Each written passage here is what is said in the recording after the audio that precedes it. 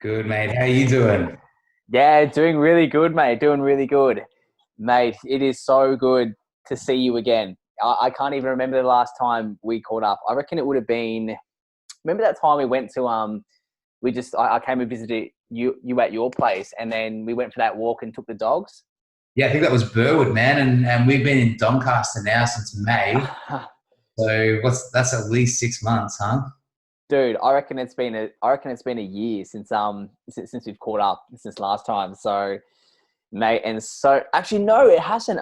It was at Sandy's birthday last year. Remember? November. Oh no, yeah, November. So it's just about been a year since we've caught up. Dude. Oh wow, it's an embarrassingly long amount of time. But mate, things have just been crazy since then. Hey, like you just had it. So I remember we chatted last time, and yeah, you just come out of hospital, and then you had some you had some sickness in the family and that sort of thing, and like yeah, you were in a bit of you were going through some shit at the time, and mate, just to see you come out with it with the newborn baby, mate, I'm so happy for you. Just bring it all back, mate. Bring it all back up. You remind me of it all. Oh wow, mate. Yeah, sorry about that. That's all right. Mate, Oh. good to see you. It's an interesting time. Obviously, I would have much rather do this in person and go for a walk and Mm. dogs and chat. Um, but yeah, you're right. It's kind of one of those things where like yeah, I think even though everything feels like so slow at the moment, there's not much going on. The days are Mm. apparently still ticking up and ticking past. And yeah, man, Yeah. it's been an interesting year for sure. But hopefully we're a little bit more normality and bit of more regular routine and stuff like that. How are you coping? How are you? Yeah. Yeah, man. Well, the thing is, like, we've been okay. So, I mean, obviously, like within the parameters of the whole sort of COVID, situation. Um, I mean, obviously, like work wise and stuff, like all my training and that sort of thing, my strength and conditioning clients have taken a bit of a step back, and just not having access to the facilities. But a lot of them are still done online or moved to just home visits and that sort of thing, just working with what we can and just being solution orientated. But just been working online with the online business. That's been going really well at the moment. So, I've been looking to transition out of, strength conditioning for the past couple of years. And now, like, since, online has just become sort of, e-commerce is just one of the sectors that has taken off throughout COVID. So it's just sort of showed me where I need to be and showed me like where, like moving forward over the next 12 to 24 months, like what trajectory like I need to pursue going down. So I'll always love my strength conditioning and my health and fitness, but in terms of like, setting up a sustainable business long term, definitely the online sector is where I need to be. So I'm getting the help and support I need with that too. So it's just, yeah, mate, it's just a matter of, being going through COVID, and I guess like struggled just like everyone else with the social side of things, like really missed social side of things. But you just work through it, just working through the mindset, probably the biggest thing, like making sure that, when you do have those negative days, you read something hardcore, like been getting back into Jocko Willick and David Goggins, you get into your podcast, you start to notice yourself drifting, and you're like, nah, pull yourself back and just come up with all these little, like, I'm a systems guy. Like I come up with systems that keep me back on track. Just like when I'm training and I'm not motivated, I'm like, all right, what gets me pumped to train? All right, I'll watch this, I'll do this, I'll read this, and I'm bang, like I'm fired up, ready to go. So yeah, mate, we're going well. We're just in Bacchusma, so we're just on the cusp of regional.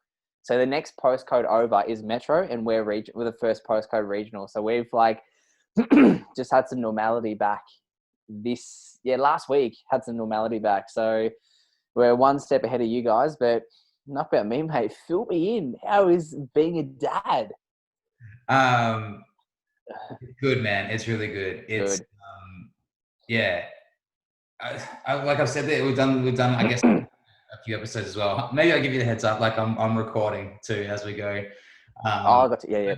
yeah. Well, I mean, like I want to go full spectrum with you anyway. So I guess the intro you Yeah, gave cool, man. Cool. probably perfect that we've been recording, because I think that's definitely sort of start that way and work our way back.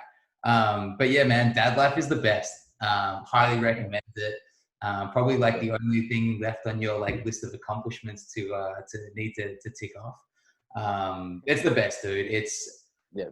I think like obviously I don't know what it's like to go through the experience, not with like all the COVID stuff going on, and it's definitely present a lot of like different challenges and stuff like that. But um, it's the best, man. It's kind of like the best like leverage you'll ever receive. You know, there's nothing that makes you like want to be better and do more than like there's like eyes constantly on you, like watching what you're doing. And for me, especially, like I find that quite motivating to think that everything I do is in some way like setting an example. And I think ultimately you're not the lessons you try to teach your kids, but you're the example that you set on a regular basis. So Oh, I love that. yeah, so I think it's been really good. I'm hoping. I don't think that's something that'll. I don't think that it's necessarily a novelty. Like we're 6 weeks tomorrow, 6 weeks on Wednesday, and it still feels like it's surreal. You know, like it's become like we've managed to build like a pretty good routine, and we're starting to get into some more kind of structure, like as much structure, I guess, as you can have with a 5 week old. But it's hard to remember, you know, like what do we do before we had it? And like, what do we do with all that time? You know, I so know. yeah, That's awesome, mate. I'm so happy to hear that. Really, really happy to hear that.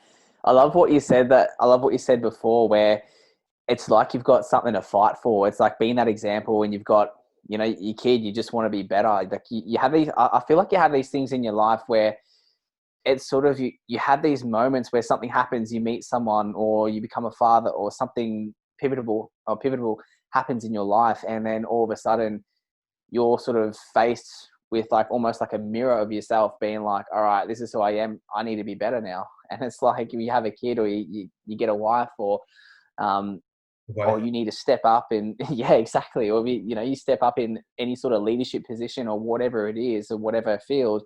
And it's like, I need to be better. And like, mate, I'm all about that. So, and I'm so happy to see, you guys having your little family now. And I can't wait to meet the little legends. yeah. Seriously. Hopefully one day. And I guess that's probably Yeah. for me. That's probably been the most challenging part of the whole COVID situation is like not being able to, I guess, introduce friends and family and stuff like that to Matea, but it'll come. You know, and it's kind of, I guess it's the best time to do it when she is so young, and it's not necessarily like she's gonna hopefully grow up like 4 or 5 and not know who people are. So, Yeah. but yeah, all right, mate. Let's start it at the there's a few things that I want to talk to you about, and I think probably the most insight that I'm kind of looking for you to give is definitely on your strength and conditioning side of things. So I guess for people who aren't sure who you are, you've obviously got a pretty good name in the health and fitness industry, but I guess more specifically in the stage and bodybuilding community, which I think is an interesting subset of the health and fitness industry. And for the most part, I think until recently, I guess, I know definitely for me, teenager and growing up in your 20s, like, I guess stage was kind of what we looked at as like the epitome of health and fitness 10 or 15 years ago. Yeah. But I guess that there's a lot of what doesn't necessarily get talked about a lot, and maybe that's starting to change too, is that dark side of stage. I guess that's what I wanted to speak to you more about today is like taking us through like what's the true cost associated with getting stage ready and stage condition and some of those like prolonged effects that I guess aren't regularly talked about. I know there's a obviously huge and emotional and mental side, both going in and coming out of stage, and I think that's probably exemplified by how many people that do one competition and then like never ever do it again, but kind of suffer those effects long term too, right? And I think that that's probably the most admirable thing, about someone like yourself, where it's like your willingness, and maybe this is why you like Dave Goggins and Jocko Willink, because you have that willingness to just like suffer and suffer and suffer and suffer in order to, and you've been doing it for what, 10 years, decade? Yeah, well, I've been training collectively for about 14, but really the bodybuilding gym sort of scene where I stepped onto that was probably 8 years ago now, when I just turned 18. Um, then competed for a solid, from basically from 19 to 24, I had sort of my competition phase. And then now it's more sort of a maintenance phase. It's not really my focus now, but in that period, I did 22 shows in that period, consisting of 5 strenuous preps. And mate, this is a topic that I love to talk about, because I feel like so many people come into the industry and they're they're somewhat enticed by the accolades and the, I guess, the formalities of bodybuilding. But they're sort of in a way like unprepared for the work, physical, emotional that is required to sort of get in that condition on stage. So, like, mate, I'll be completely transparent. I'll be raw. I'll be real, and I'll tell you guys everything. From the good bits to the bad bits to the really unhealthy dark side. And in saying that, there's good and bad that's associated with it. But I feel like for a lot of people, I guess, especially new people coming into the industry, it's good to have an overview of these things, and so you are prepared for when they come up, and you at least have a guide to mitigate and manage yourself through these through the physical and emotional challenges associated with the prep. Yeah, I think that's. I mean, it'd be interesting a perspective as well for you to have gone through that, and then how that changes potentially your perspective in terms of coaching people to get to that too, right? And I know how transparent you are as a person, that I'm guessing that you do preface a lot of those conversations with taking on new clients, like, hey, we can get you there, but these are the things you need to think about whether or not you're prepared to go through, right? Exactly. Yeah. All right. So like, you're 18 years old. I mean, I know you got a background in gymnastics as well. And so I know that like strength training was probably a pretty decent part of that in the beginning, I'm guessing. Yeah, definitely. Yeah. Yep. So how do you transition? How do you go from gymnast to deciding I want to get on stage? Was it that accolade, or was it that idea or desire to want to put on size like it is for most teenage boys? What was it that drew you to the stage? There's actually a few reasons that drew me initially, and being a competitive gymnast, I mean, to sort of take you guys back, I was one of those kids that loved sport, loved being physical, but I couldn't play footy, I couldn't play soccer, I sucked in a team environment. And so gymnastics, I've always wanted to be different as well. So gymnastics was something I thought, you know what, like this, not many people do this sport. And at the time we had a Christian brother who was our coach, and he was he was one of the strictest guys I've ever met, took no crap. He was just straight down the line, and I love that sort of coaching style. So got into gymnastics, and then I actually suffered a few injuries. So my first injury I had was a compound fracture of my left arm. I actually broke that 3 times. First time was quite bad, fell off the high bar, re-injured that twice consecutively after that as well, just because the bones didn't heal.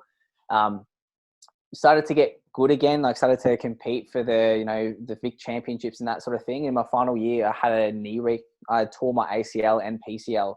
And I guess like coming back, like I love that drive of that competitive edge of like getting in there and actually just being your best and just training for something. And I reckon it was 14 or 15, I started getting in my weight sets at home and just grinding out, doing those 2-3 hour sessions where you don't necessarily know what you're doing, but you're just hungry, you're on that hunt and you're just wanting to be better. So for me, I guess like that intrinsic drive was instilled in me from an early on, from purely a purpose of just wanting to be better and wanting to be the best at what I do.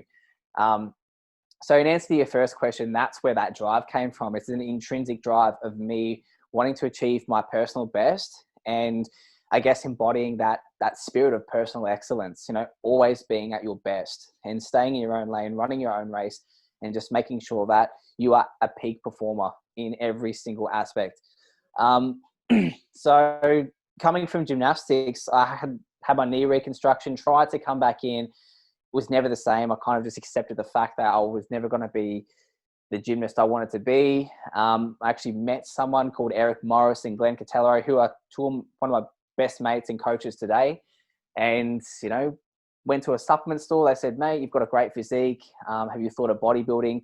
And at this point, fitness modeling was just coming in. Like guys like Steve Cook and Jeff Side were just coming up in the ranks, and sort of came into it, looked at it, and for the first time since my gymnastics days, I sort of saw it, and I got that drive, that hunger. I'm like, you know what? I could see myself on stage. I could visualize it. Like I'm a very visual person, and I was like, great, let's get to it. Let's go on the hunt, and let's get after it. And that year and a half, I was prepping for my first couple of shows. It was that intrinsic drive that drove me. So I never really had, like, it would be cool to jump on stage and, you know, get the accolades and get the endorsements and everyone's cheering you on, and you get that endorphin rush and you get the dopamine hits when everyone's telling you, you're looking great, you're going to do it. Well done. Everyone's cheering you on. But I always just ran my own race. I was doing it for me because I loved the challenge. I love that competitive side of things. And in saying that, I busted my bum for like, a year and a half, really, like, looking up YouTube videos, just really grinding out as hard as I could, putting everything in. And mate, I lost like my first 2 shows. I came dead last. I put in so much work and come last. So again, like if you are going through those struggles and, it's an extrinsic drive that's putting you forward, then what's going to happen when you come against adversity? What's going to happen when things don't go to plan? You're going to sink back down to the level of your self-image within that sport. Whereas if you have an intrinsic drive, you're always wanting to be at your personal best. You're always wanting to get better. It's more of a how can I attitude, not a, oh, I did this and I'm no longer, I lost. I'm going to throw in the towel. It's too hard. I'm going to throw in the towel. That's a cheap form of motivation. Where if it's a drive, if it's a personal covenant, if it's a self-image, if it's this is who I am, then you're always going to come back on top. So I guess that's where it sort of comes from. It's an internal drive that keeps you going. Yeah. So you do your first 2 shows, you come dead last both. I guess like the bright side is like it can only get right. But was there a point where you were like at that stage, like, oh fuck, maybe this isn't for me? Or was it always like, I've got to get back there and kind of like I'm better than the Well, it's funny you say that because I didn't just come dead last. The way it happened was actually quite poetic. So in my first lineup, because I remember the first show I ever did, I had about 30 people come to see me. And in my head, I was so arrogant. I was like, I'm going to be the next best thing. I'm going to be the next big thing. I'm going to walk on stage. I'm going to show off my stuff and everyone's just going to love me. And, I'm going to kill it. I've got this in the bag, man. That was my mentality. And then I come off stage and it's kind of like karma comes back to bite you, because remember there was 6 in my first lineup and the top 5 stay on to get, the top 5 medals. And I was a 6th.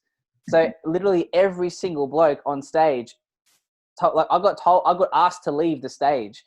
It was in front of everyone. It was the most embarrassing thing of my entire life. And thank God at the time I had my coach Glenn, who at the time was with Athletes with Attitude. And this guy, like, he was such a hard ass. And it's funny because the harder he was, the more I respected him, because he came off stage and I knew who he was at the time. I wasn't close with him then, but he came off the stage, he came and saw me out, and he realized that I was feeling pretty bad because I lost.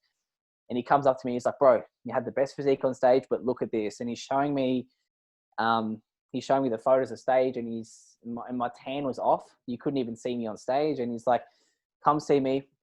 Let's get you right. Let's work on getting you in the best shape of your life.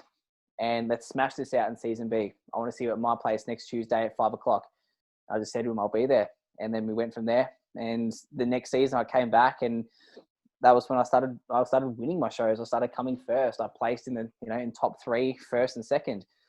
So again, like, comes down to just getting out of your own head and having a good coach, and best being in submission to whoever is taking you under their wing, and making sure that you're both going after the same thing. So it's that in itself is going to be challenging too, right? Because there are a ton of bad coaches. I guess there's a ton of bad practitioners, but I feel like the realm of bodybuilding in particular, there's like a number of like maybe a higher per capita rate of like not great coaches out there. Oh, mate, there is so many.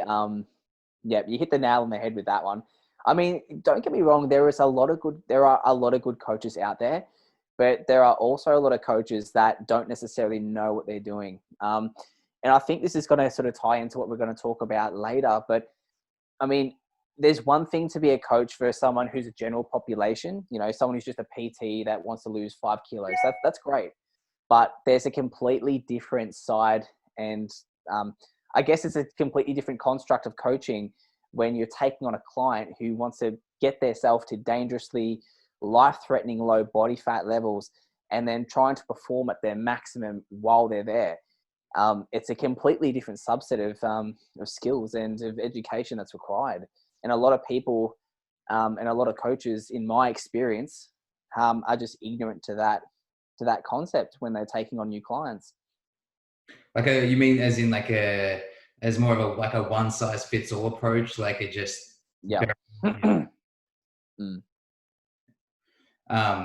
I guess the clouds get kind of murky too, right? In an area like bodybuilding where there's so much like inherently accepted, I guess, like drug use too, right?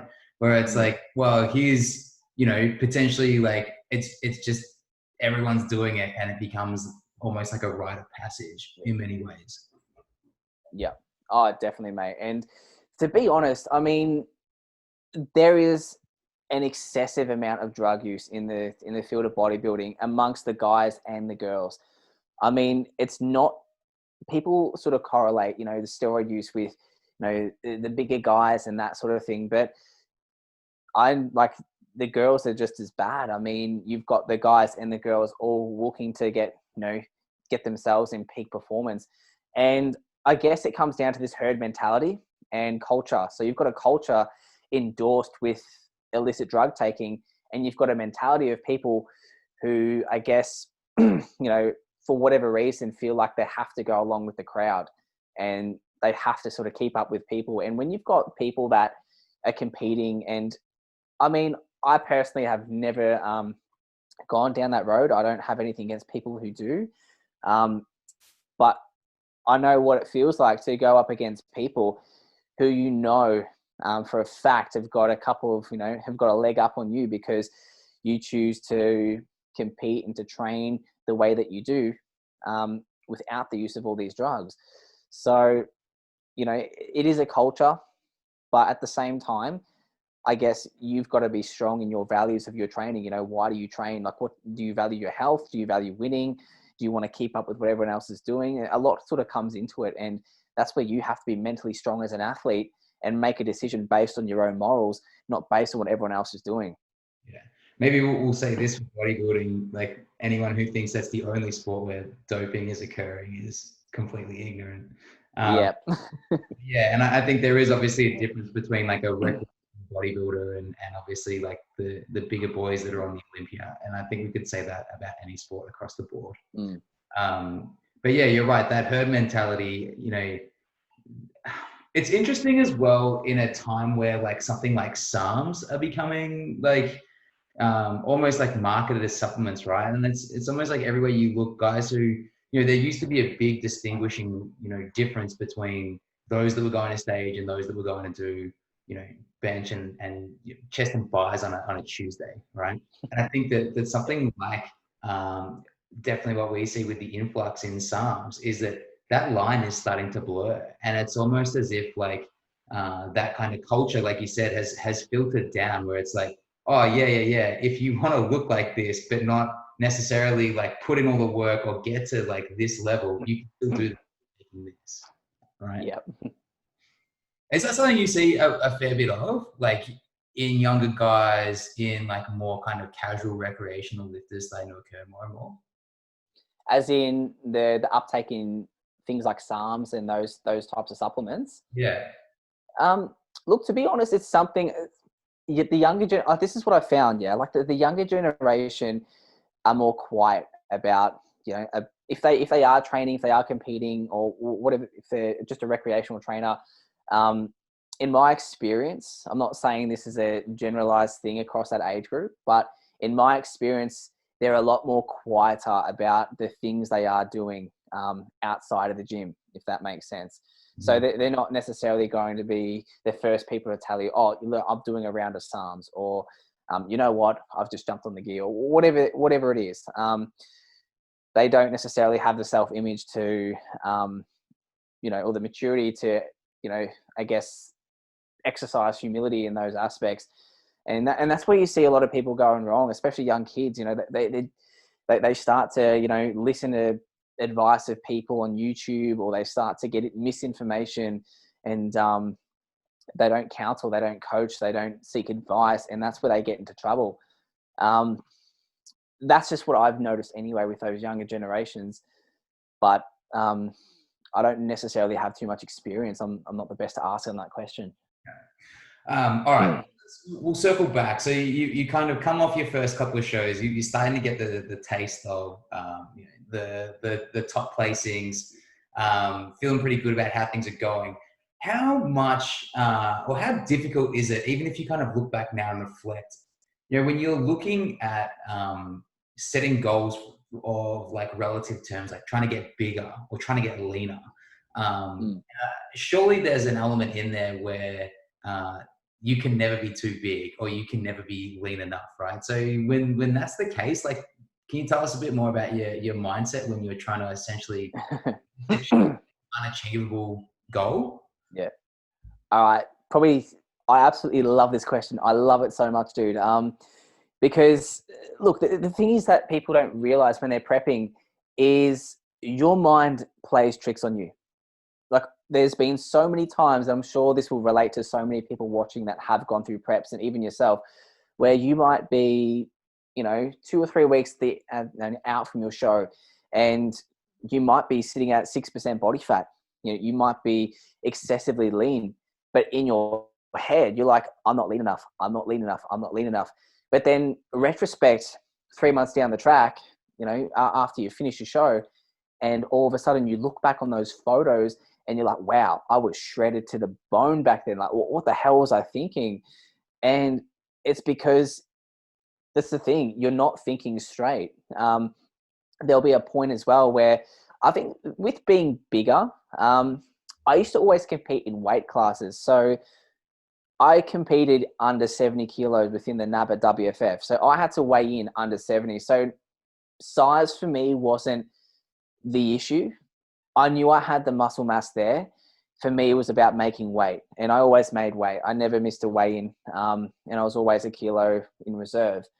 But the thing is with, the thing is with your weight, what was I going to say? So you might not have the size, but you can make up for it with your posing. So just in the way that you pose can add, like, it's an illusion. It can add size to the places where you're lacking. So if for example, if you want to have bigger shoulders, you can just position your body in a different way. So you have more of a taper through your abs to make your abs look smaller and your shoulders look bigger by default, like little tricks like that. So you can work around that size gap, or I could work around that size gap by my posing.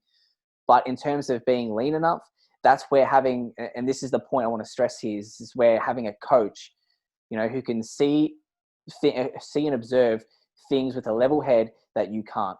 So that's where you really have to be in submission.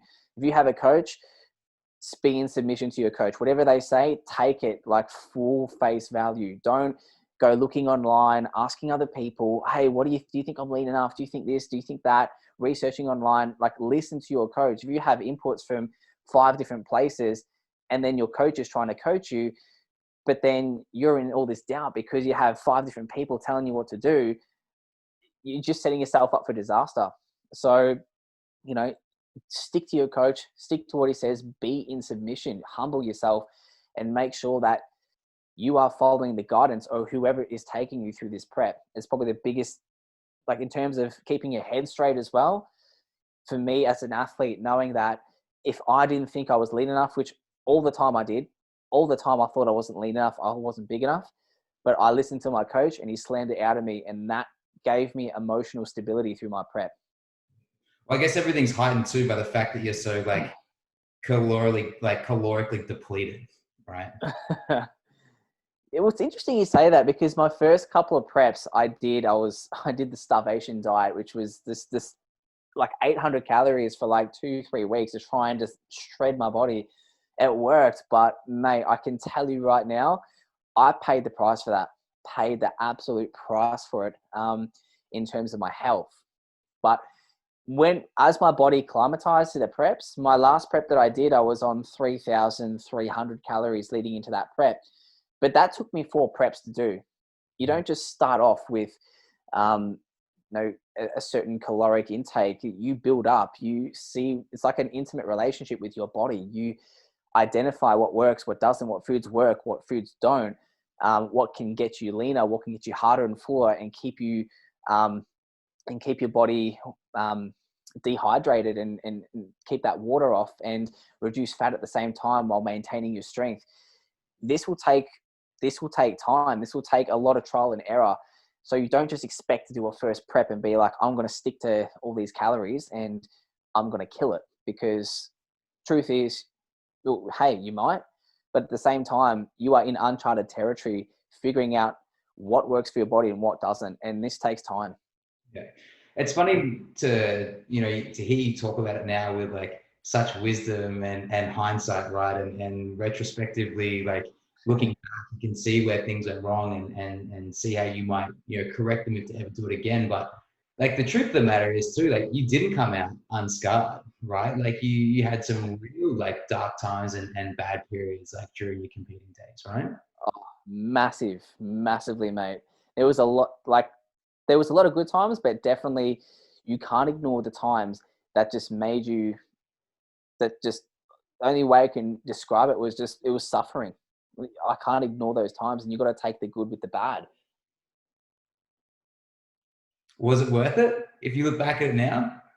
Oh, definitely worth it. And the weird thing is, like, I say suffering, but it's all a part of the journey, because this, for my mentality, me suffering, as weird as it sounds, and I'm sure this, can relate to a lot of athletes out there.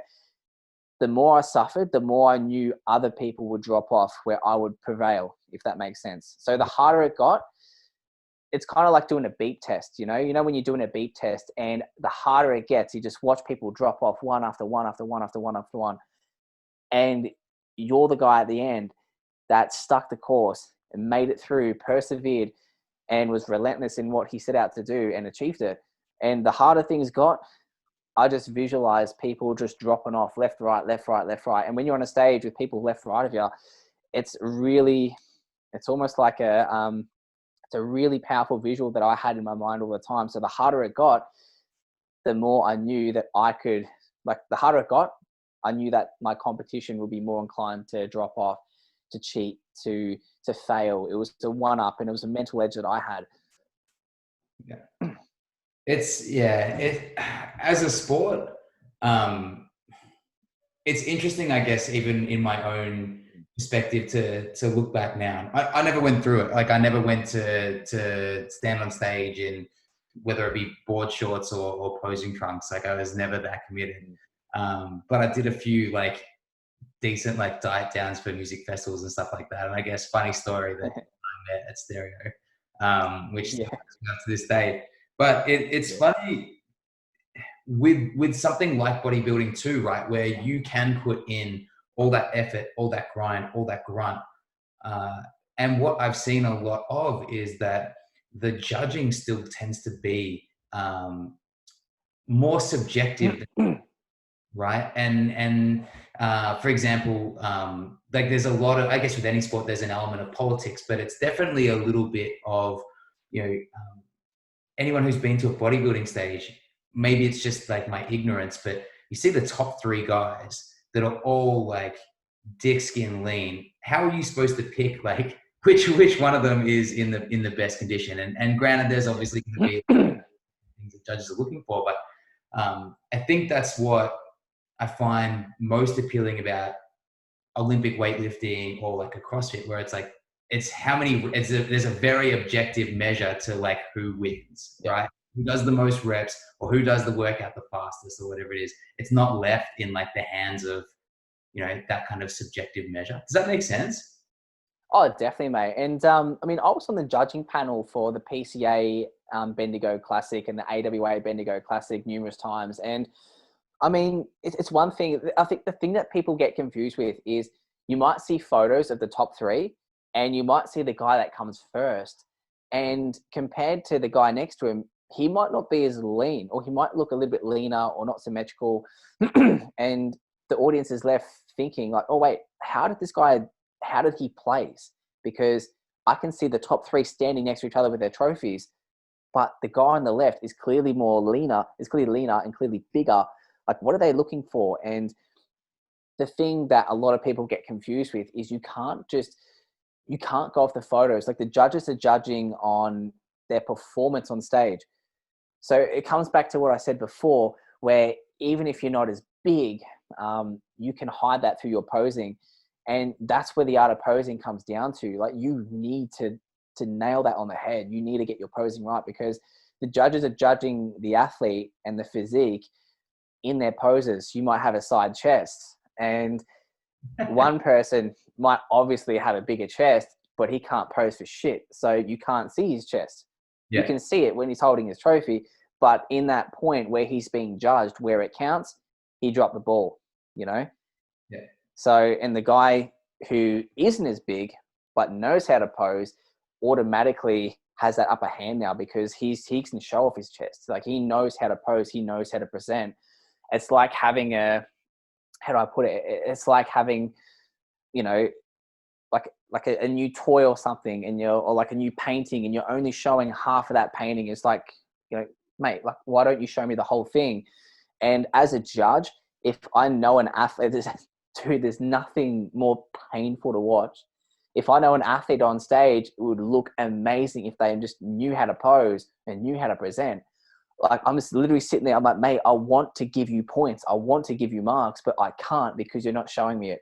So the guy next to you is now taking he's taking your place. You know, you deserve to be on first place based on your physique, but based on your performance, you don't deserve that, you know? So yeah, I mean, it comes down to the posing. That's where you're judged. That's where you're marked. And for people who don't know what to look for, if you see a photo at the end of it and you'd be like, whoa, you can't place, you can't do this. You should have been here. You should have been there. You know, based on that, they're only saying that based on the photo, but based on the performance, that's where it comes down to. Yeah. All right, good. So you spent the first half of this podcast building up bodybuilding, but really what I wanted to talk to you is about I guess the dark side of the sport in general. And can you talk a little bit about that? You know, maybe that kind of post comp. You know, kind of it gets referred to a lot as like that post comp blues or like the post comp depression. Yep. You come off stage. You know, for most, obviously not for someone like yourself who's been through it a few times, but for most, they've come in pretty calorically depleted.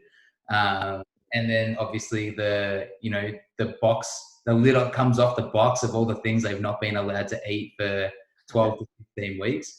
Can you tell us a little bit about kind of like that side, like what happens, you know, after you do step off the stage in most cases? Like, what are the... definitely. Yeah.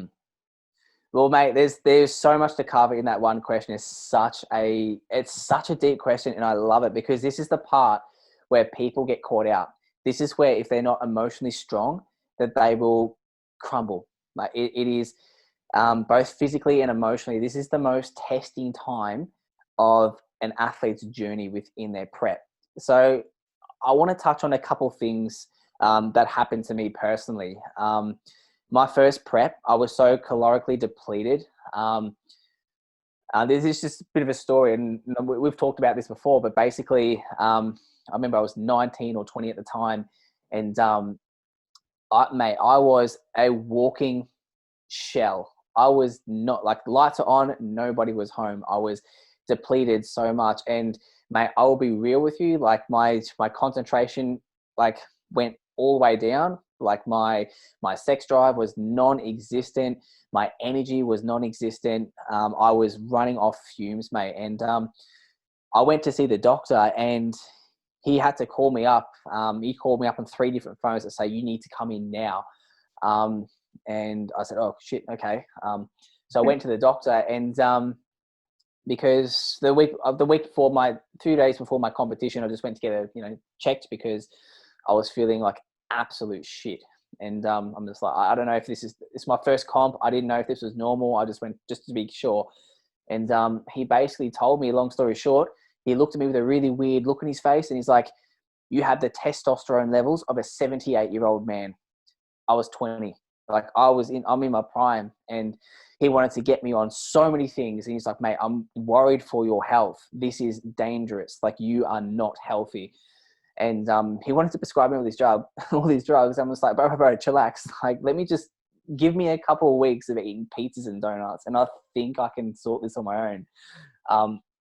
But I'm not even joking, mate. For 20 years old, I reckon I went 6 or 7 weeks without even having an erection. Like, that's how bad my testosterone was, because your testosterone, your sex hormones, and your stress hormones compete in that same negative feedback loop.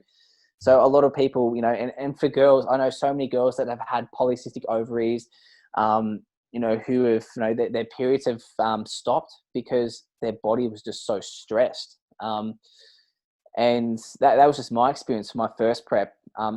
So subsequent preps after that didn't happen. Like, your sex drive and your sex hormones always go down, but they never got to that low level like they did. And that's just one of the physiological sides of the prep. One of the hardest preps I did when I did the NABA Nationals in 2016, I was actually bulimic after my show.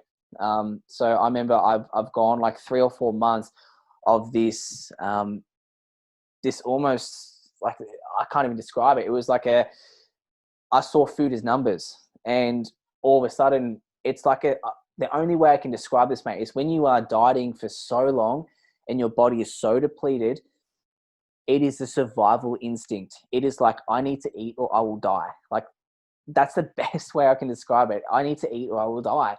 And I remember at one point, after my show, and it was finally all over, there was 40 of us went to Lazy Mo's to get pancakes and a big feed. And I remember actually going to the bathroom and making myself throw up, because when I was full, I wanted to keep eating, but I was full. So I'm like, I need to keep eating, but I've got nothing left. Like, I'm full, like, but that need was still there. So I had to go and make myself vomit so I could eat more food. And only when I vomited 2 or 3 times and I refilled myself up with food did I feel satisfied. And that lasted 3 weeks. That honestly lasted 3 weeks. And like, I consider myself quite an emotionally stable person. And at the time, I didn't see anything wrong with it. I look back at it now, I think I was sick. But the weird thing is I wasn't making myself throw up because I felt fat. I was making myself vomit because I thought if I didn't keep eating, then I would die. That's being completely raw. And after my hormone levels started to come back, I realized what I was doing was so stupid. And I actually didn't tell anyone because I was embarrassed. Yeah. But Which is the other half of the problem too, right? No one tells anyone. Everyone thinks they're exactly. Exactly. I didn't even tell my coach, and I told him like a year down the track, and he slapped me. He's like, if that ever happens to you again, I'm the first person you tell. I don't give a shit like how you feel. You tell me. And yeah, like I was honestly embarrassed. So that's like a few of the physiological things that can happen psychologically. And this comes back to why you train. Like, where does your motivation come from again? Because psychologically, you have all these people that I guess they're on a pilgrimage with this prep, where they set out to achieve a goal. They have this training goal that revolves around their prep, their competition. And then once that goal is achieved, or the competition is over, that outcome is met, good, bad, or indifferent, they're in this some sort of purgatory where they're just like, what do I do now? And it's kind of like, I've seen it, you've seen it. You have all these people that do prep after show after show after show. And I'm like, oh, you've just competed, why are you doing the show again? And they're like, oh, I just needed another training goal. I needed another, like, like something to get serious with my training. And for a lot of people, you compete, you upload photos on social media, have everyone liking it, commenting on it, telling you how good you look. You've got, you've got a sense of purpose, a direction. It's a whole psychological side of things too. And becomes a thing with like body dysmorphia. Your life becomes around how you look, not how you perform. And for a lot of people, that those post-competition blues can lead to depression, can lead to like aimlessness, can lead to all sorts of psychological things where the person, they're left with nothing, almost they're empty. They're like, if I'm not competing, like where am I going to get that dopamine hit from Instagram? Or where am I going to get that training structure through my training? What am I training for? And that's why I say to people, you need to be training for yourself. It needs to be an intrinsic drive, because that personal covenant that you have in your training, it's an identity. It's a, how do I put it? It's an identity. It's a self-image. It's a promise you make to yourself in terms of this. I train because this keeps me grounded. This is who I am. I am like, I'm relentless in my training. I'm an athlete. I don't need a competition to train my hardest. This is just who I am. This is how I perform, because I perform at an elite level. But a lot of people as well, when they go to these preps, or they do a prep and they come out of a show as well, and even going into a show, a lot of people, they misunderstand the complexity of managing their own emotions compared to the simplicity of adhering to a training and nutrition protocol. I mean, everyone knows how to, like, if everyone sticks to a diet and trains, like, they'll be on stage in the best condition of their life.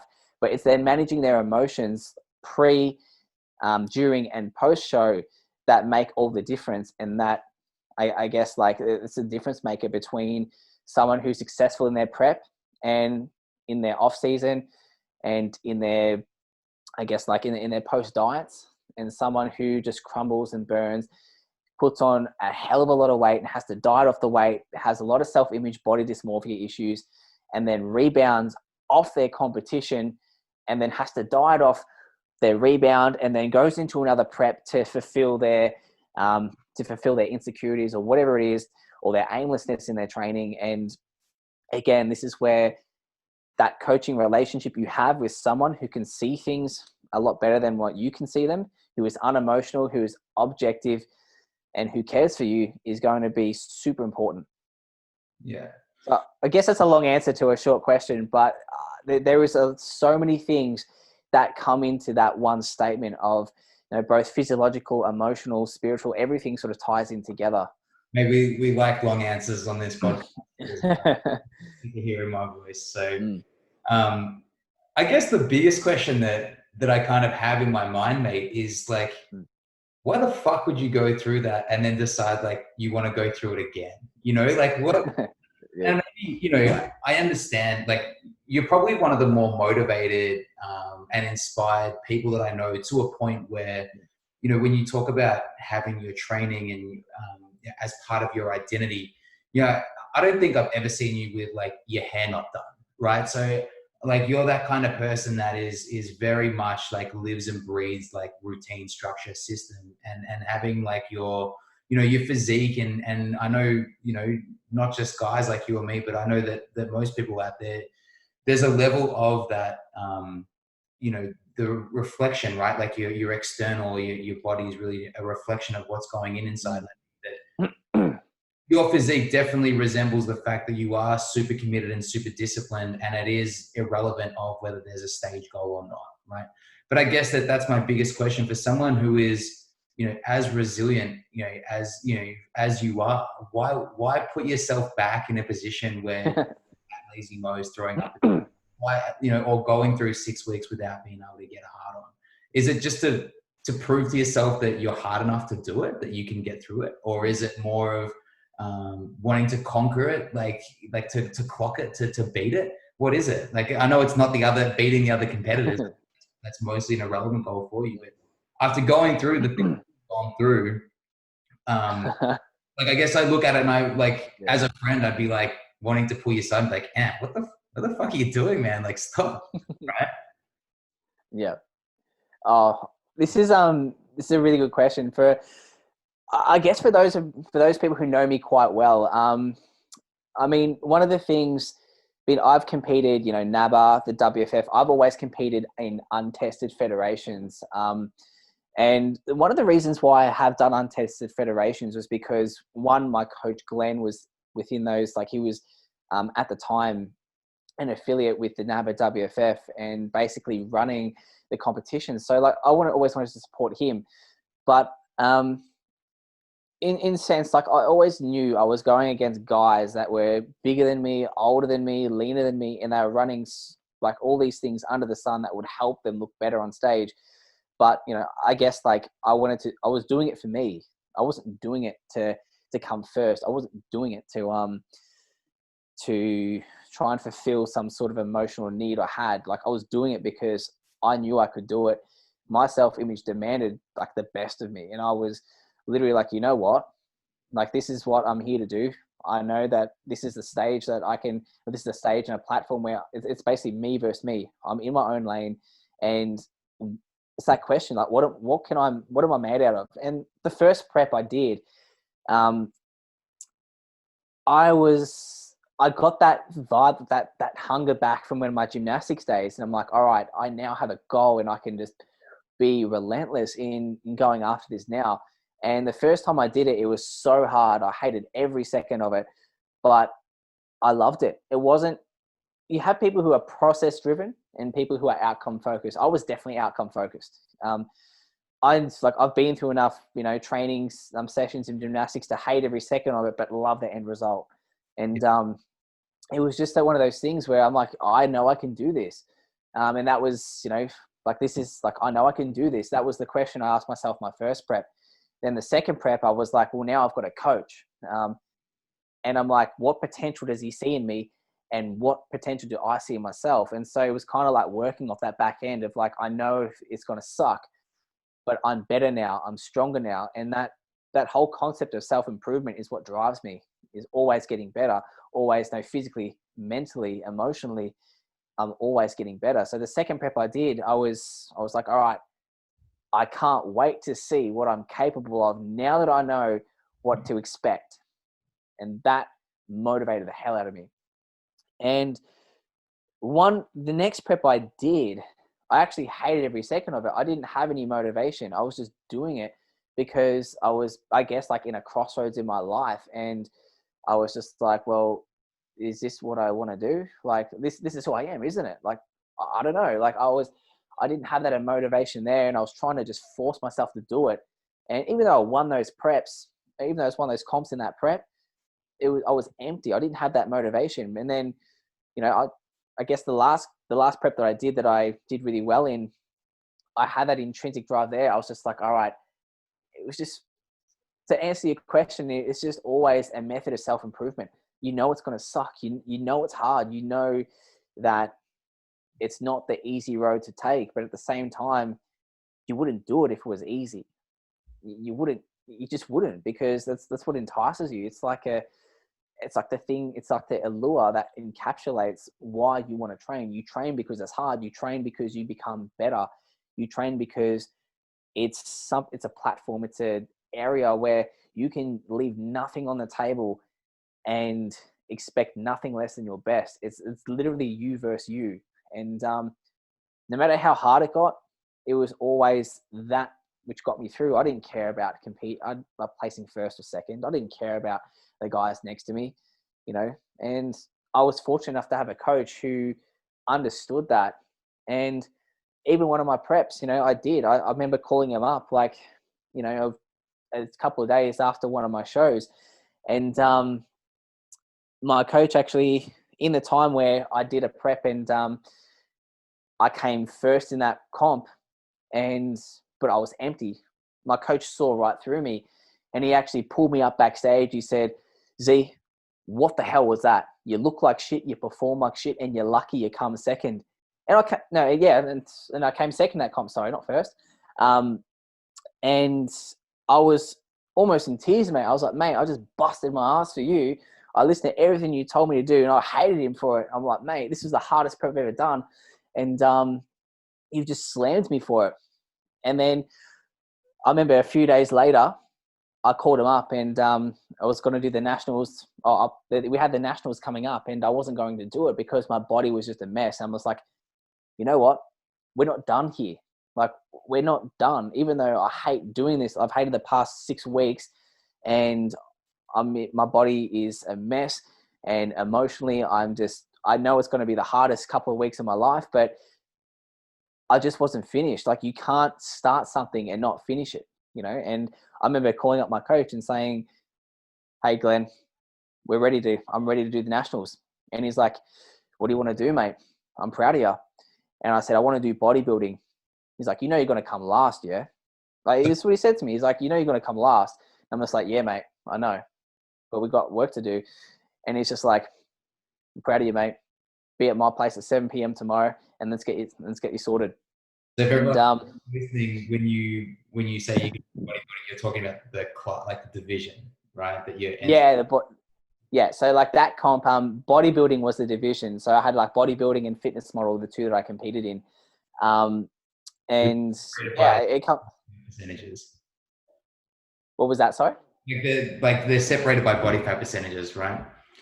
So bodybuilding is, so you're graded on, it's a different category. So you have your posing in bodybuilding, you have all your most muscular, your side tricep, side chest, like all these different poses. Then you do a pose down, and you have a routine as well. And that's posing trunks. So your legs are graded with that.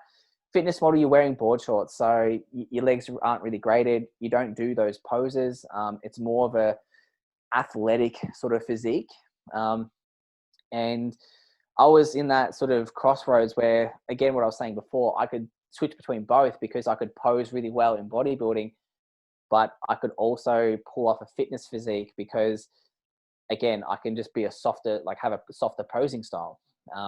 Usually in between those, I do my bodybuilding in the morning, smash down, I'll drink a whole heap of water and smash down a whole lot of donuts. So I can I can hold a lot of water and fill out a bit, coming into the afternoon. And then health and fitness. It's funny. Yeah. We call it health and fitness, but to be honest, mate, it's a sport just like anyone else. I mean, like if you talk to a boxer, or a fighter who tries to diet down for their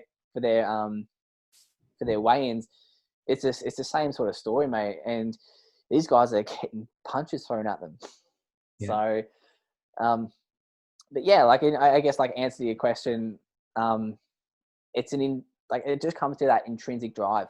It's going to be hard. It's going to suck, but that's the allure to it. It's going to be hard, but then that you have what it takes to get through it. And then once you get through it, I can tell you it's the most euphoric feeling you ever have. It's like, if I can do this, I can do anything. If I can suffer through this pain, I can go through anything in my life. It's a barometer for your life. It's like, okay, it builds your self-image one rep at a time, one set at a time, one comp at a time. Your self-image improves. And it's because it's hard that you feel good. I mean, if you do something easy, you don't feel proud about it. It's like anyone can do it. But it's the fact that not many people can stick through those preps that makes it so much more euphoric at the end of it, because you're like, you know what? I know this is going to suck. I know I left everything on the table, and that's why I feel amazing for it. Yeah. So then what shifted, right? Like you had your last comp, which was a little while ago now, right? So I'm interested to hear if it's more of a priority thing, if you've gotten to a point where you're like, I've done this so many times, it's not the same challenge anymore. Like, what is it now that's kind of taking you away from the competitors? To be honest, I mean, in saying that, it definitely is a priority shift. So at that season of my life, my last comp I did was the PCA Adelaide Classic. And to be honest, I got called up a week before that show and asked if I wanted to do it, and I came second. And that's because I was consistent. No problem. And I had a week, but no, it wasn't It wasn't a serious prep, that's for sure. And at the time, like for me, it was a challenge. It was a me versus me. It was like, what am I capable of? And the first time was like, yeah, what am I capable of? Like, what can I do when my back's against a wall? It was such a burning desire within my gut that I was just like, you know what? Here's the platform. Here's the stage. I'm going to leave nothing left. And I'm so excited to see what I'm capable of because I'm passionate about being my best and living it, breathing it, and just building myself up and using the stage as a platform for that. And I guess over the time, the past couple of years, my focus changed. I'm actually training harder than I ever have in the gym, training so much harder because I've started reading things like David Goggins and getting into personal development, understanding my emotions more and really developing myself, not just physically, but emotionally now with a lot of personal development and business development and that sort of thing. But the focus has changed. I mean, I look at competitions and I think I do get nostalgic and I think, oh, wow, those were the days, stepping up on stage and that sort of thing. But it doesn't move me like it used to. It's not something that moves me in my core. It's not something that drives me to put my body through that. Because the thing is now I know I can. It's not a challenge of if I can do it and if I can be better. I know I can do it and I know I can be better. So now it's just my priorities have shifted. It's more business now. It's more personal development. And I use training now as a barometer for my life. If my training's better, I'm better in my relationships. I'm better in my business. I'm better in my productivity. I'm better. It grounds me for my work, for my life, for everything. I still train 7 days a week for an hour and a half a day, and I train harder than I ever have. But the goal isn't stage. The goal isn't comp. The goal is just to be my best. So I've kind of like taken the things that I've learned through my competitions, and instead of applying them to a stage, I'm applying them to life, if that makes sense. Mm-hmm. So I don't want to be, it's literally just a barometer for my life. And it's just a different focus. I mean, and as well as that, there's a few other things too. Like the industry is so much different now compared to what it used to be when I was competing. So much different. I don't even know the federations that are around anymore. Even if I was to compete, I wouldn't know where to begin. It's completely shifted from where I was probably a few years back. And a few of the things, like, again, like I've always competed for myself. I've never competed for anyone else, but it's just like, I'm not saying I won't come back to it eventually, but it's just a different focus. It's a different priority. The industry's moved in a direction that I'm not too, I guess, fond of. I don't necessarily agree with a few things where the federations are going, and the different politics and what's been happening. There's a lot of politics in the sport. There's a lot of things that go behind the scenes that aren't talked about that I don't really agree with. Would you care to elaborate? What was that? Sorry? Care to elaborate? I guess like what you were saying before is just there's a massive drug culture in bodybuilding that I don't necessarily agree with. As well as that, there's a lot of federations tarnishing other federations. There's a lot of backstabbing, gossiping, chatting between promoters and like people in the industry. There's a lot of favoritism as well. The social media side of things has really taken over certain federations, especially federations like the WBFF, which is something that I probably would compete in if I was to jump on stage again. But it's not necessarily about the best physique and being up there as your best. It's more of a marketing ploy using the athletes to promote a brand, which is the WBFF or whoever sponsors everyone, and the athletes are kind of just used in that way. But I guess that kind of like, if we circle back to like one of my points previously, right? Like when we talked about judging, like that's exactly what I'm talking about, right? Like we have elements in there that can be so subjective rather than like objective measures. Like it's kind of do as much of the hard work as like that you want, suffer through all the prep, like, get to a position where you've got zero sex drive and you're starving. And it's like, yeah, but this guy's got a bigger following, so it's better for our brand if he beats you. right? It's That's that cool. is it's completely bullshit, mate. And unfortunately, that's not all the time, but that's been known to happen in within the industry now. Again, not all the time, but yeah, it does happen. And I guess like when I was judging and for those sort of shows, um, I mean, for my experience with the PCA and for the NABBA WFF, that wasn't the case. I mean, being on I can only say from my experience when I was judging, when I saw the panels, when I saw the scorecards and everything, that wasn't even considered. But other federations where the following and the marketing is a part of it's actually a part of your judging criteria, is how well you're marketed pre-stage. For me, like it sort of comes back to like what you said, what we were talking about before. Like when I was a bodybuilder, I felt like an athlete.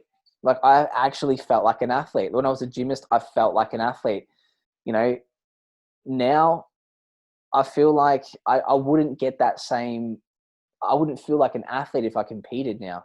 You know, if I was going to compete, it'd be like for me to be better, to see what I can do now that I'm a bit older. I have a bit more muscle maturity. I'm stronger physically, mentally, emotionally.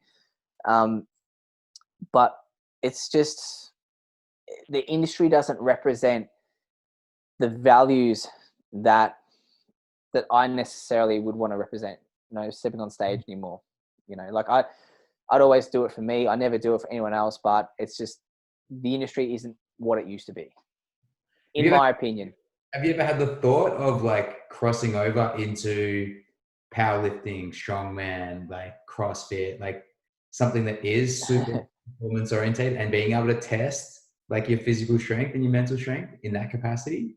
Yeah, well, I've actually I've always wanted to go back into gymnastics. To be honest, gymnastics, like I've done CrossFit, I've done powerlifting and like a little bit of powerlifting and stuff. But to be honest, mate, I love just getting in there. I just love getting into my training and having that hour. It's like a ritual, you know, like in that hour and a half of just me versus me in the weights. I'm picking a part of my body which I can like have that vision in my head and conceptualize that in my training.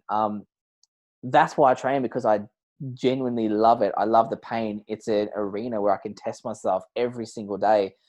Like the performance, like if I was to transition a bodybuilding to powerlifting or CrossFit, like the actual performance doesn't entice me. I'm not attracted to the perform. I know I can do it, but I don't actually have a burning desire to be like, oh, cool, I'm going to enter a CrossFit comp and smash it.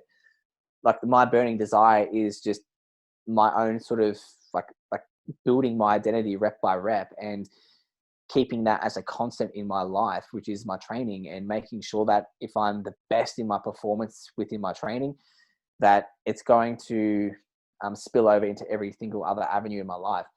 But I do want to get back into gymnastics. It's definitely something on the cards. But you know, it just comes down to what I enjoy, I guess. Telling you, mate, cross your name all over proficient gymnastics. You got the physical attributes of a strong Olympic weightlifter.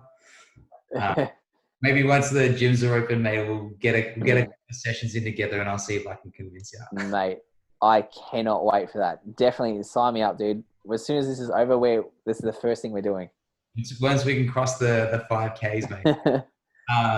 All right, so I guess to kind of like summarize, you know, generally what we were speaking about. If there's anyone listening who's, you know, thinking about like maybe I do want to do a show, maybe I do want to, you know, enter a comp. Can you give us just a couple of like, here's 3 things you really need to sit down and before even starting, before even looking for a coach, like understand like this is what I'm Yeah, perfect. The first thing I would tell anyone who's new to the industry is, why do you want to compete? Be super crystal clear in answering that question, because that question of why am I doing this is going to pop up whenever you're dieting and you're just having hard days. You don't want to train. You literally have no energy to get up of your seat. Your friends are all going out on, you know, beers on Friday night and you can't do anything. Like that question, why, is going to be your backstop. It's going to be your safety. It's going to be the thing that keeps you going. And that's why I say you need to get that crystal clear, and it needs to be intrinsic. If your why is, because I want to test myself in a comp, it's bullshit. Like, it's not strong enough. Like, if your why is because I accept nothing less than my best, and I'm using this competition to build myself mentally, physically, and emotionally, and demand the absolute best of my capacity, and will stop at nothing until it's done, that's a good why. But if you're just being like, I'm doing this because I need a new competition, I need a new outcome, I need a new training goal, it's not strong enough. Like, you're kidding yourself. Like, you're setting yourself up for disaster. Don't even compete, mate. Like, seriously, you'll get up on stage, you'll cheat on your diet, you won't train, and you'll come last, and you'll go into that negative spiral, and you'll blame everyone else but yourself. And it's just not really conducive to anything productive. Get a good why. It's probably the best advice. Yeah. Second thing of a piece of advice would, once you've got your why, I mean, you can go from there. You can find a coach. You can start to take those steps between where you are and where you want to be. So the second one would be get a good coach. Get a good coach. Do your research. I was gonna say, maybe can you give us some parameters? Like, what should people be looking for? Within a coach, I guess someone who has a good reputation would be a good place to start. But make sure, everyone likes to talk shit. Yeah. So everyone talks. So yeah, exactly. But I guess find yourself a good coach and make sure they have a good reputation. Make sure that you trust them would be a biggest thing, because it's going to tie into my third thing, which would be like, be in absolute submission to your coach, which would, you need to find someone who can take you from where you are to where you're going to be. You need to be in submission to that coach and trust the fact that by being in submission, you will listen to everything they say. You're not going to veer off the path, and you're going to follow through with everything they tell you to do, because there's going to be things that they're going to say to you where you're not going to want to do it. If you have to, if you have to take out salt from your diet, or if you have to go keto for a certain amount of time, it's going to be hard. So you need to trust in the fact that when it's hard, that your coach knows what he's doing. Those seeds of doubt become barriers to your training. They become things that make you emotionally stable. And they're ultimately the things that make you become unstuck within your prep. If you don't trust your coach, that's one thing in itself. But not trusting your coach leads to you not trusting yourself. And if you don't trust yourself within a prep, then mate, you're in a world of hurt. You're setting yourself up for failure from then on. So get yourself a good reason why. Get yourself a good coach.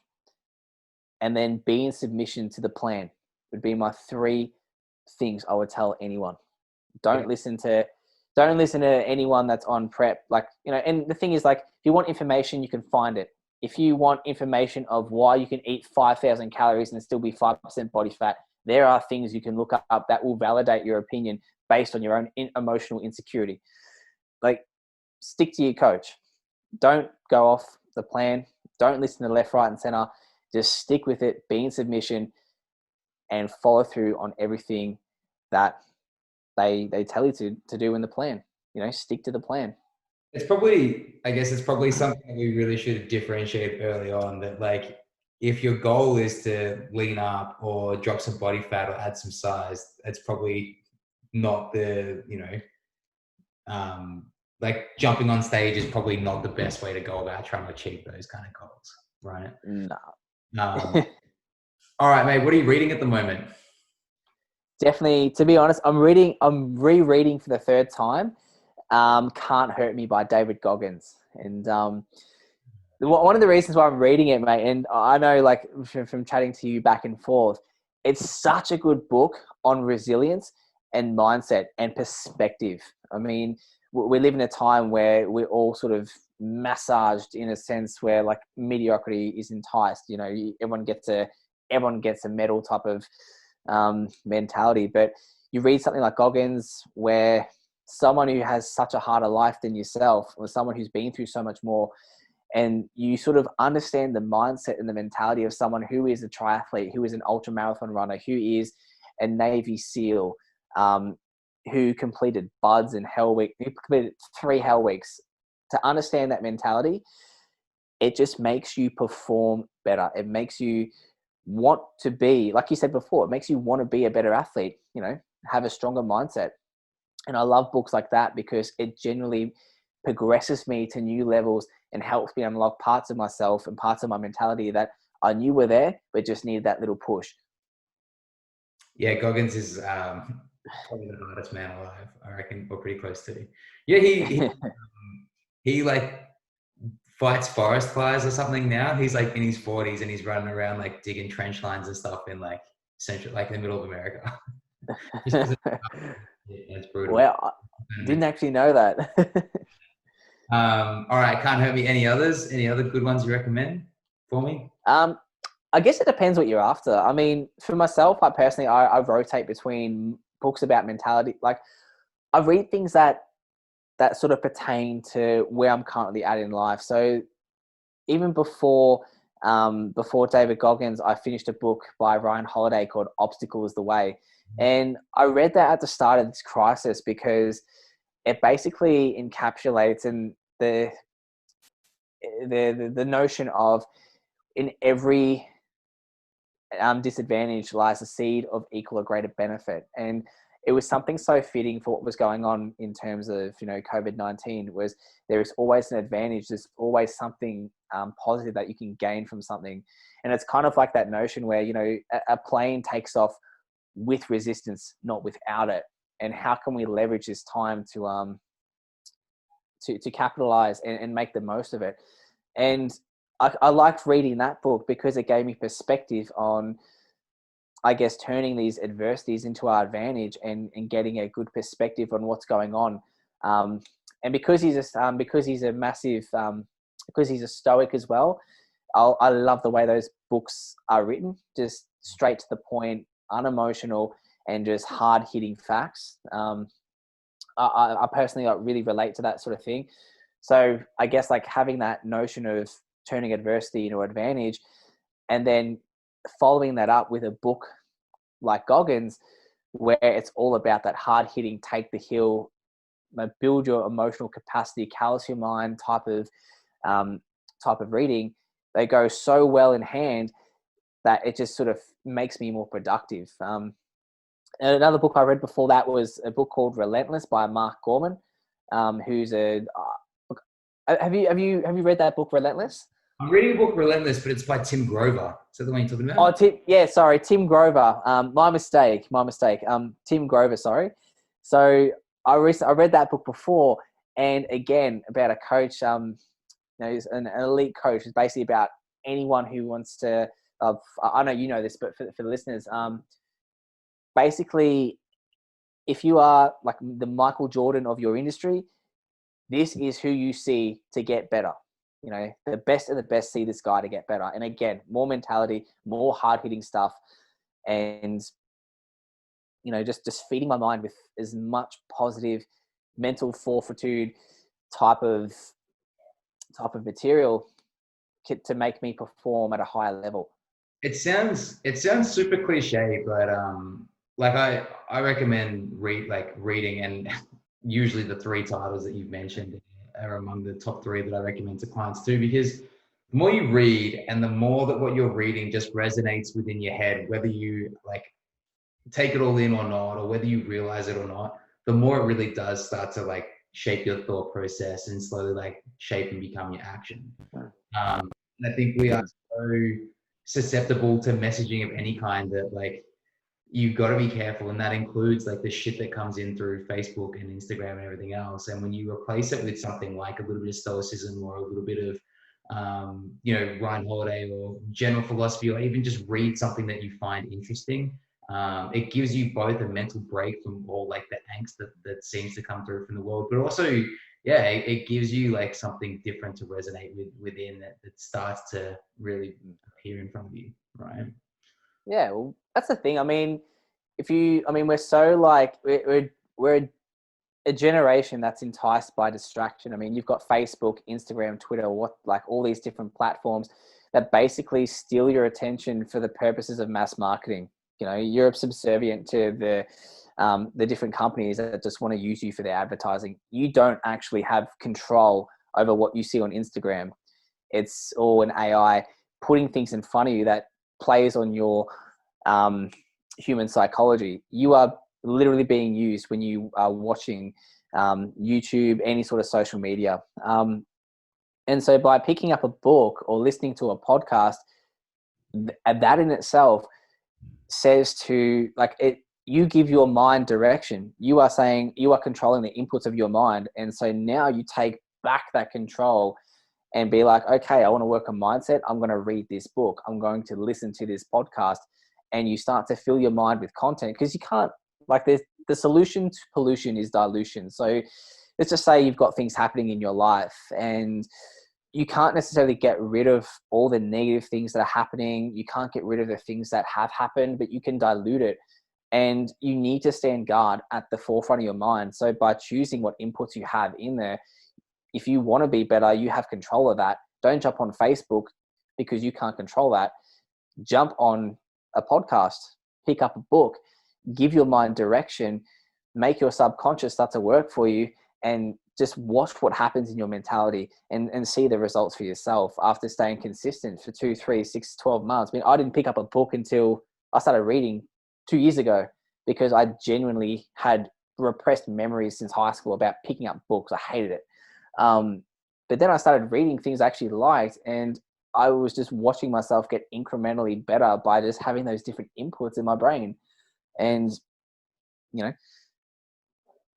I think you get to a point as you mature where you realize that like education and school is like two completely different things, right? yeah, When you start to realize, like, I'm the same, like it's probably only been like the last 2 or 3 years where I've really started to be super consistent with my reading. And you start to realize like there's so much knowledge out there, and it saddens me that I probably won't be able to take it all in because there's just not enough time in my lifetime to do that. Yeah. Have you heard that saying, the more you know you don't know? Yeah. Yep. I think that it's probably one of the best things you can do for your mental health is like, it doesn't have to be on self-development. It doesn't always have to be about like increasing your business productivity. Just like a hobby. Like if you like gardening, go and read a fucking book about gardening. Like, you know, if bees interest you, go and read a book on like becoming a beekeeper. Like whatever it is, there's someone out there in the world that is like the industry expert, like the leading expert on that thing that you find interesting. Like, why would you not want to learn more from that person? You know? Exactly. All right, come on, Anth, you got to give me one title of something I haven't read so I can add something to my list. Okay. It's funny because we both think on such a similar wavelength that I'm actually struggling to think of, because one of the books I would have said would be Relentless, but heck, like I just mentioned it and you're already reading it. Probably. Okay, this is a very interesting question. So, have you read Extreme Ownership by Jocko Willink? I've read it. Yeah. It's Oh, good. okay. When I say read to, I mean like listen to on Audible. Yeah, gotcha. Whether you read or listen, it's the same content. Yeah, I agree. Okay. You know what? Like we've gone through a lot of mentality and mindset and those types of books, but a book that I read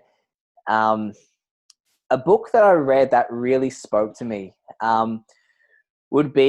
is a little bit left field compared to what we've been talking about, and it's called Dare to Lead by Brene Brown. Have you read that before? I haven't read that one, but I've read her Vulnerability, the seminar series. Have you heard that? I haven't read that, actually. I haven't read it. I haven't listened to it. But I remember I read this book. I read this book at the start of this year. I went through a relationship breakup, and I guess I had I was struggling to like balance my emotions, and I was processing all these emotions. I mean, this is my first relationship, and I didn't know how to process a lot of these emotions that I was having. I'd always used to be quite a logical thinker, very, I guess, unemotionally attached to a lot of things. And then all of a sudden things are out of my control and I didn't know how to process these emotions. So I read that book, and it basically, it spoke to me in terms of embracing vulnerability. And I guess like, the reason why I look the way I do is because I am a perfectionist. When it comes to like my self-image, I'm a massive perfectionist. And for me, it's just like that book sort of encapsulated a lot of things about embracing vulnerability, foregoing the need to be perfect. I guess being more in tune with who you are and what you stand for, and being that embracing vulnerability as a strength to be intimate with yourself, as opposed to neglecting it and being caught out when things get tough. So as a guy, I think in an age where, like mental health is definitely exacerbated by a lot of different things within society, like social media, all these like images of what men should be like. It's definitely a book to read. Again, relating to fitness and in the fitness interview as well, like being vulnerable. I mean, I just spoke about how I couldn't crack a fat, like couldn't get hard for 6 weeks because of my comp prep. I spoke about me being bulimic. That's vulnerability. That's being raw, and distinguishing that notion of what I do isn't who I am. Yeah. And finding, I guess, like identifying yourself as someone of character and values, as opposed to someone who has, it talks about, shame versus guilt. Shame says I am something wrong. Guilt says I've done something wrong. So that was a really powerful book for that particular season of my life. And it gave me so much perspective. And I feel like it's something a lot of people would get value from, who struggle to be vulnerable and to be intimate with their relationship with themselves and their emotions. Yeah. Well, man, we could do a whole nother podcast on like vulnerability, people's perception of themselves and who they are, and how that's governed so much by like what they hear and what they do. But yeah, cool. Definitely. I'll add that to my list for sure, mate. You'll like the vulnerability seminar series as well if you like that sort of stuff too. Definitely. And I think Brene Brown as well. She's such a good speaker. Like I don't know about you, but I always get a little bit disappointed when the narrator of a book I'm listening to is not the author. I feel like it's such a better experience when like the author of their own book. Yeah.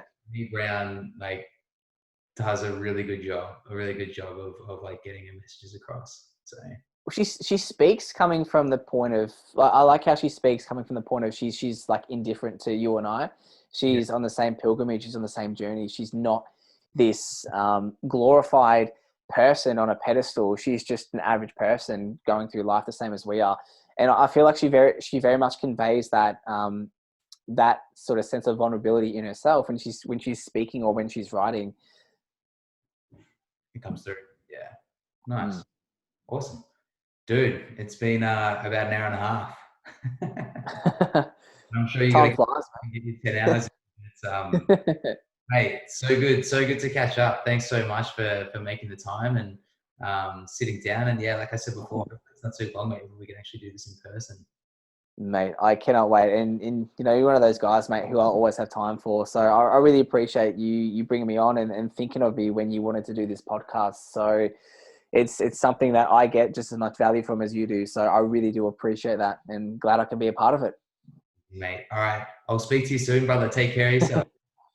Thanks so much, Borgie. Have a great night. I'll speak to you soon.